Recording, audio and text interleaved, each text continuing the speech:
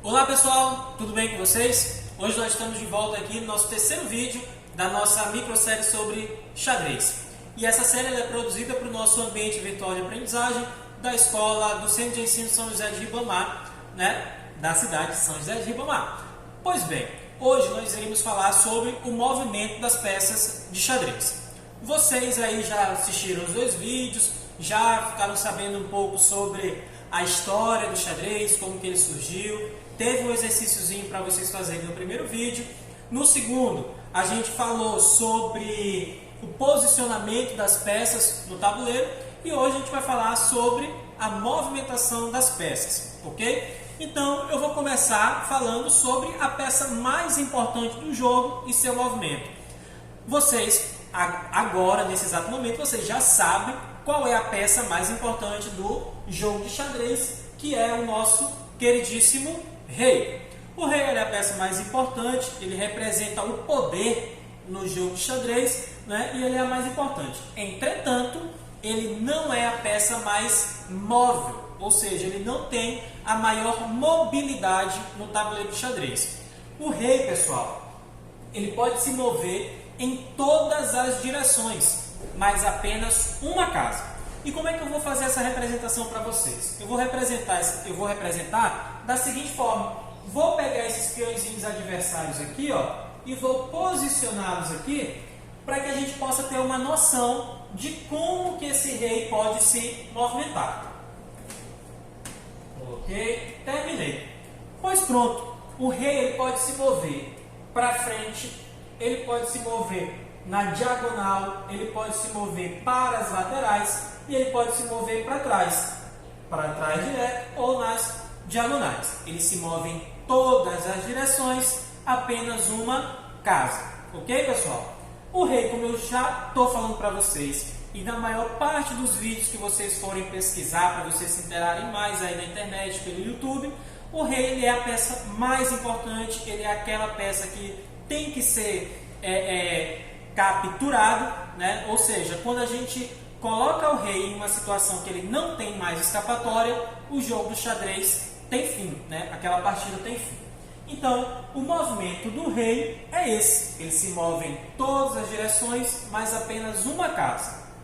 Alguma dúvida, pessoal? Algum estresse? Algum trauma? Se tiver, vocês já sabem, Vamos colocar os comentários aí no nosso ambiente virtual, ok?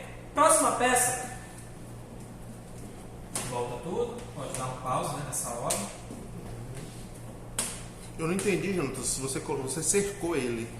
Então, no caso, ele cercado, ele não pode se mover? Não, só quis fazer uma representação. Não, mas ele cercadinho aí, ele não poderia... Não se movia, mas essa situação aqui nunca vai acontecer no xadrez. Ah, nunca acontece? Não. Ah, entendi.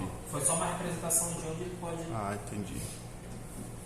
Vamos ver como é que vai aparecer depois aí. Tudo bem. Então, pessoal, falei já sobre o rei, que ele vai se mover em todas as direções, apenas uma casa. E lembrando, eu posicionei os peões aqui para a gente ter uma noção gráfica aqui no tabuleiro de para onde ele pode se mover. O rei se move na diagonal para frente, diagonal esquerda para o alto, ele se move para frente, ele se move para a diagonal direita para o alto e assim sucessivamente, ok? Então os peõezinhos que estavam aqui do lado era apenas por uma questão de representação gráfica, ter um aspecto um pouco mais didático para a gente estar visualizando melhor no vídeo, ok? Próxima peça, a gente tem a dama, ok, pessoal? A dama, é importante destacar que ela é a peça mais móvel. Como assim, professor? Ela é a peça que tem maior mobilidade no tabuleiro de xadrez. Por quê? Porque a dama ela vai se mover para todos os lados, para frente, para trás, diagonal, enfim, quantas casas for possível, quantas casas for do interesse do jogador. Então, por exemplo, se eu estou com minha dama aqui e eu quero chegar com ela até o final do tabuleiro e não tiver nada que impeça, eu posso levar essa peça, posso levar a dama até lá no alto, ok? É claro que isso vai me gerar, eu vou ter que fazer escolhas. Será que vai ter uma peça adversária que vai ameaçar minha dama quando ela chegar lá? Então essas são as coisas que a gente vai aprendendo quando a gente estiver jogando as partidas nos tabuleiros, ok? Então, a dama, ela se move em todas as direções, quantas casas for possível, tá?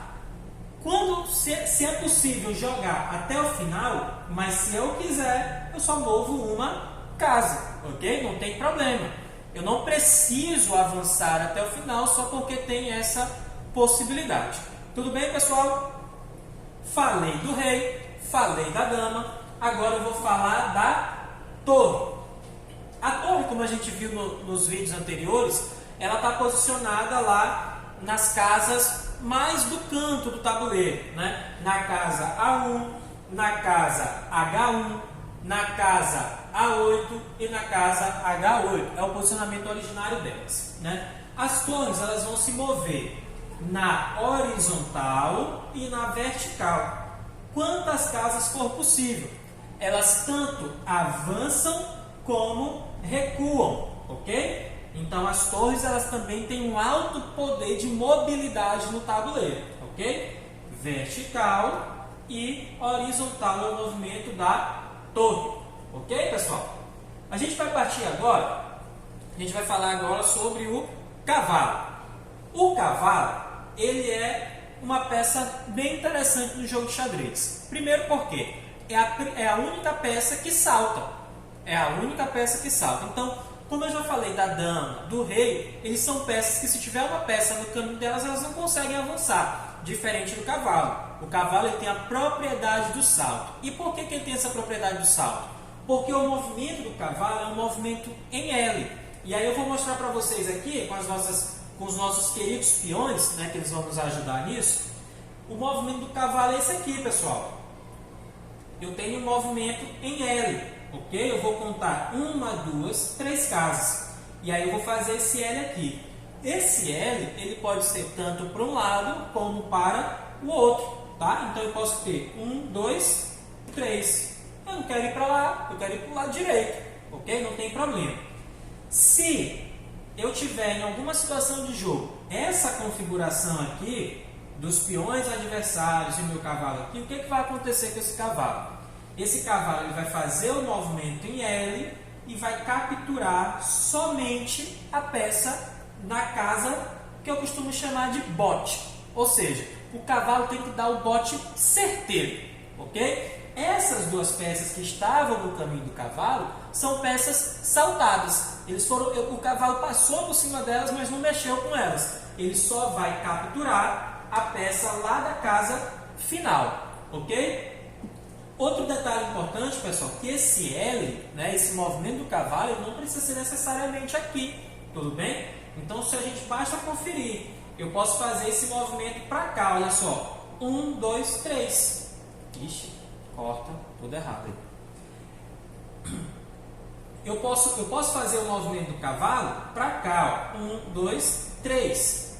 Então, aqui eu também vou ter um L do cavalo, certo? Então, eu estou aqui, ó, movimentei o cavalo aqui sem nenhum problema.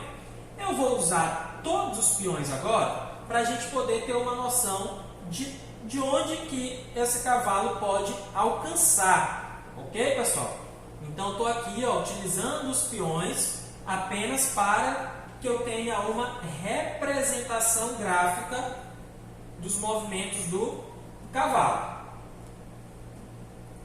Ok? Então, se no tabuleiro de xadrez eu tiver um cavalo posicionado mais ao centro do tabuleiro, ele ganha essas possibilidades aqui de movimentação. Se a gente observar, a gente vai ver que todos são L's, tá? Todos são L's. 1, 2, 3, 1, 2, 3, 1, 2, 3, 1, 2, 3, 1, 2, 3, 1, 2, 3, ok? Então eu tenho todas essas possibilidades de movimentação do cavalo. Se, por exemplo, vou usar aqui a torre, tá bom, pessoal? Se eu tiver essa torre aqui e quero mover para cá, eu só vou conseguir capturar o peão, certo? Essa torre, ela não está sendo ameaçada pelo cavalo, assim também como o cavalo não está sendo ameaçado pela torre. Ok, pessoal? Então eu quero mover meu cavalo, vou mover o cavalo para cá, ó. Pronto. Capturei o peão saiu do jogo já. Tudo bem? Alguma dúvida em relação ao movimento do cavalo? Se sim, vocês já sabem, coloquem os comentários e as dúvidas de vocês aí no nosso ambiente virtual de aprendizagem. Ok, pessoal? Próximo que eu vou usar aqui, já falei da torre, falei do cavalo e agora eu vou falar do bispo. Essa é a nossa próxima peça. Pessoal, cada jogador tem 2 bispos à sua disposição, ok? Então eu vou ter um bispo aqui, ó, de casa preta e eu vou ter um bispo de casa branca. Primeira coisa que eu preciso saber, o bispo ele só se movimenta na diagonal, quantas casas forem possíveis, quantas casas o jogador quiser. Então, se eu estou com esse bispo aqui, eu posso mover ele aqui na diagonal, ok? Se for do meu interesse, eu movo esse bispo até aqui. O jogador das peças escuras jogou, das peças pretas jogou, se eu quiser eu posso vir com ele até aqui. Se eu quiser eu posso recuar, não tem problema. Quantas casas for do meu interesse, desde que as casas não estejam obstruídas. O que é isso? Se eu tenho um peão meu aqui, se eu tenho peões aqui, ó, meus, eu não vou conseguir avançar. Eu não vou conseguir avançar no jogo porque essas casas estão ocupadas pelas minhas peças. Mas eu posso recuar, desde que seja na diagonal. Agora, se eu tenho um peão preto, que eu quero avançar no jogo, eu só vou conseguir avançar até onde essa peça está, até onde a pecinha preta está, ok? Então, o bispo ele se move sempre na diagonal, ok? Quantas casas forem possíveis, quantas casas o jogador quiser. Se tiver peças na frente obstruindo, ou ele captura, se for uma peça adversária, ou ele tem o caminho bloqueado, se for peça do seu próprio time, ok?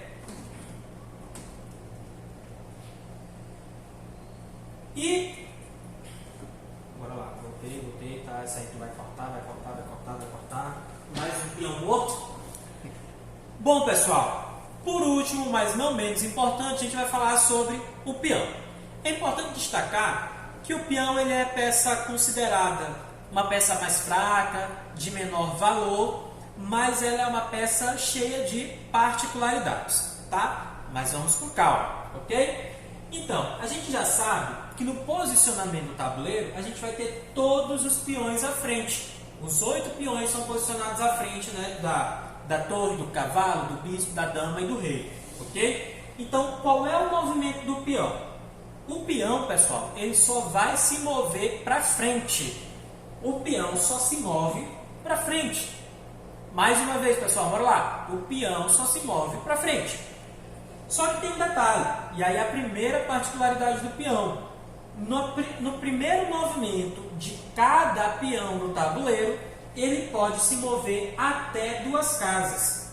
É obrigatório, pessoal? Não é obrigatório mover 2 casas, mas vai depender do interesse do jogador, vai depender da estratégia que se tem lançada no tabuleiro, vai se depender de vários fatores aqui no jogo. Pois bem, recapitulando, o peão ele se move sempre para frente, o jogador preto jogou, o peão se move sempre para frente, ele jogou de novo, e o peão se move sempre para frente, ok? Na primeira jogada de cada peão, eu posso ter até 2 casas, certo? Eu sei que eu estou repetindo um pouco, mas é na tentativa de fixar, na tentativa de que vocês compreendam o movimento, ok?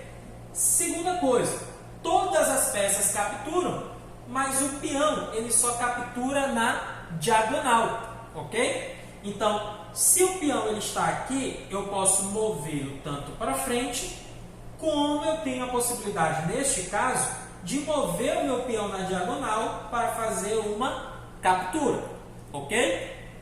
Eu não havia falado nas outras peças, todas as peças do tabuleiro capturam na direção do seu movimento. Então, se por exemplo, a torre ela anda na vertical e na horizontal, ela vai capturar no seu movimento, ocupando a casa da peça adversária. No caso do peão, essa captura ela só acontece na diagonal, ok? Então, a primeira particularidade do peão era mover 2 casas na primeira jogada. A segunda particularidade do peão é a captura na diagonal, ok? A terceira particularidade do peão, se em um determinado jogo eu conseguir avançar o peão até o final do tabuleiro, se eu conseguir chegar com esse peão até aqui, esse peão ele vai ser promovido. E eu posso promover esse peão para qualquer outra peça que tenha sido capturada pelo meu adversário. Quase sempre, essa promoção de peão ela vai ocorrer por uma dama. Se eu já tiver perdido a minha dama no jogo e ela já foi capturada e eu conseguir promover o peão, eu peço que eu quero a promoção do peão seja feita para uma nova dama. E aí eu volto com uma dama no jogo e jogo normalmente com essa dama, ok? E a quarta particularidade é a captura em passant. A captura em passant. Se, por exemplo, eu estou com... Pause. Aqui, tal, mas está na defesa. Ok. Tá, lembrei. Pronto. A quarta particularidade é a captura em passant. Por exemplo, se eu estiver aqui com o meu peão, né, estou na primeira fileira e quero dar uma desperta aqui com o meu adversário, porque eu acho que o meu adversário não joga muito bem, e eu vou querer fazer isso aqui, ó. Eu vou saltar as duas casas, né, eu estou ali me fingindo de maroto, vou saltar as duas casas para escapar dessa captura. O meu adversário, que não é bobo nem nada, ele vai mover o seu peão na diagonal, mesmo não havendo uma peça aqui, ele move esse peão na diagonal e retira esse aqui do tabuleiro. Essa é a captura em passant, ou captura de passagem. Vocês imaginem aí, professor, não estou entendendo essa história de captura em passant, captura de passagem. A gente já sabe que o tabuleiro é um jogo de guerra, né? Ele representa uma guerra. Imagina ali um soldado, tá? Ele está escondido ali na moita, ele está de tocaia. E aí passa um adversário na frente da moita dele. O que ele vai fazer? Ele, vai dar uma estucada na barriga do cidadão, não é? Ou seja, ele capturou o cidadão. E é isso que o peão vai fazer aqui, ok? Esse aqui está desatento ou está achando que vai fazer as coisas muito certo. Ele pega aí, quer saber? Eu vou aqui, ó, escapei. Só que esse aqui estava na moita, estava de tocaia, ó, captura em passant. E esse aqui já era, acabou para ele. Ok, pessoal? Falamos do movimento do rei, movimento da dama, da torre, do cavalo, do bispo e dos peões. E também falamos das particularidades. Primeira particularidade do peão, que é mover até duas casas na primeira jogada, a captura em passant, a promoção e a captura na diagonal. Ok, pessoal? Qualquer dúvida que vocês tiverem, coloquem aí nos comentários e a gente vai seguindo. Para esse nosso primeiro momento, a gente vai encerrando aqui a participação da disciplina de Educação Física do Centro de Ensino São José de Ribamar e estamos aí aguardando aí pelas dúvidas, pelas participações e pelo auxílio que vocês quiserem nos ofertar, ok? Até a próxima, pessoal, que todos fiquem bem e sigamos!